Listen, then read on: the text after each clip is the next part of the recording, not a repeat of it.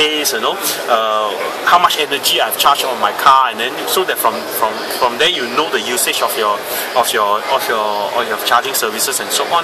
So this is actually part of the services we are providing as a package to the charging services. So not just merely providing the hardware charging station.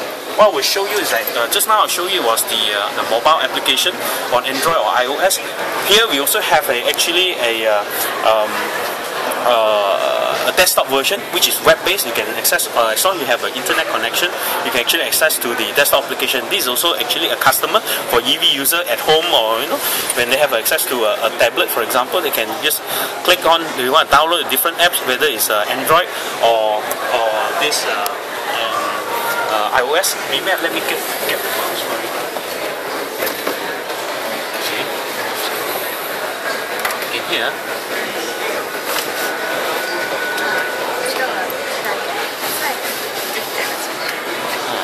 Now it's not. Okay. Sorry, it's not on yet. Okay. So I can actually, if I'm a user, I can go in there. Yeah, to choose whether I want to download an Android app or iOS app, basically. Alright, and then I can also then go back to the home page. Yeah, so to check the charging status.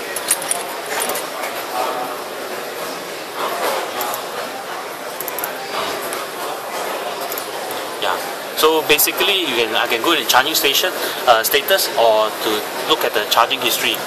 I can also, if you are a valid user, you need to actually log in and so on, then you can actually see all the different charging history and finding the pole. Okay? Yeah. So let's see, we have another. This is for the customer. This is for the, let's say, Evmal as a service provider, network operator.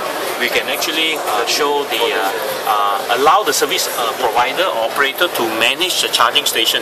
They can remotely actually deactivate, okay, or activate a particular charging station. Let's say in one of Dhamma, I want to do service maintenance or troubleshooting. You can actually remotely deactivate those charging stations at that point, so that the service engineer can be there and go there, and you can remotely manage the customer profile as well for marketing purpose. You can actually build up a database actually for marketing purpose and see how is the usage behavior of the customers and so on. And we can actually view the report as well.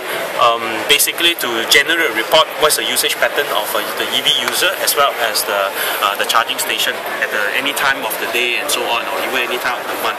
Okay, so this actually is to help the user to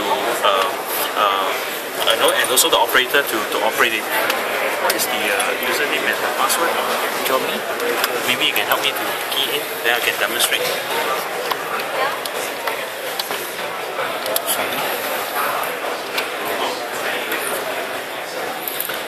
What SHA is, we are logging in as let's say an admin, user.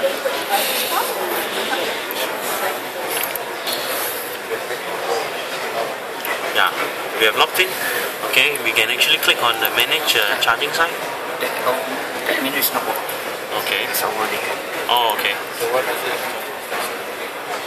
Yeah, see, from here I can see the different sites at different locations. Let's say one with Dharma, Highcom, KL Convention Center, and where they are located, with the address, and then the contact number of the person, because there could be charging station, there will be a PIC, a person in charge of the cluster, and the coordinates and so on.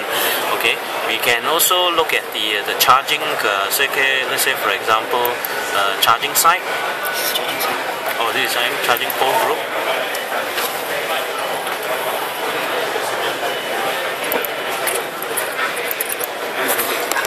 Okay, so you can see the cluster of the charging pole groups at the different location. Okay, and then we can show you also the advertisement. The good thing about so-called, yes, we can insert advertisement into the kiosk. You can see we have the touch screen. We can insert later on the advertisement into the kiosk or into the mobile application. What you can see, for example, here you see another variant of our master kiosk charging station. When it's idle, nobody's using it, we can actually sell the advertising space to the media buyer, whereby actually it can be, because this charging station can be located in the malls, in the hypermarkets, whereby a lot people traffic moving around. So actually we can promote the advertising space to the media buyer in addition to providing charging services. So we actually come up with different concepts to how to for Evmal actually to provide not just the charging services but the entire business ecosystem.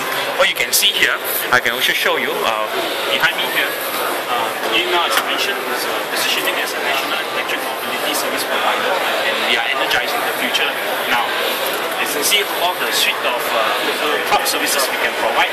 Here, under Evmal e-mobility, we have the different charging station and master kiosks I've shown, and then the slave units. Okay, and we can actually use our charging station to be one of the Wi-Fi hotspots. We can work with the telco operators, to convert, share the space inside a kiosk to be Wi-Fi hotspots. As I mentioned, we can actually push a content ad insertion through the mobile phone or through our touchscreen LCD screen. Okay, we can also extend our hardware to parking areas to provide surveillance for parking. Security is very important nowadays in the parking area. We can extend we are running Intel PC technology inside. We can actually extend to support this surveillance capability, and of course mobile apps. We can support other cashless payment systems in the future, prepaid or postpaid, and so on. So you can see it's a very encompassing cloud services, merely just a standalone charging station, supporting the OEMs like the EV makers, the utility connecting to the grid, okay, the different service provider, cloud services, and of course the EV users. Yeah. Hope this has actually given you a very good understanding of what Evmal is providing. Can you explain on the master slave? Comparing to other charging stations. For master slave, why we actually proposing a master slave? The concept actually is to reduce the cost per charging point. You can see, like for example, what you can see here. We are not just providing a master slave, but it's a managed master slave. That means we can remotely manage the charging station remotely through our My EV Manager management system. The hardware we call it the My EV kiosk. Okay, it's like the picture shows, like with the master connecting to the different slave, and then these are the slave, and then this is the master, and it allows basically the users actually to just go to the master to do the authentication, whereas the slave we can keep it as compact as possible, and so that easily for the user to actually charge the charging stations. The most important feature is that we make it scalable and flexible, so that, for example, I deploy in a particular site. Let's say there are not many users, EV users on the road yet, or at that particular location. I just want to have only one charging station with two charging points. But later on, when more EVs are on the road, okay, then you need to make it scalable to extend. You don't have to install another master kiosk. You just need to install like a smaller slave unit next to it, like connecting to the same kiosk. So that's how we want to drive to reduce the cost per charging points, to make the drive the mass deployment of EVs on the road. So we can see the whole EV charging infrastructure is an enabler to mass deployment of the EVs.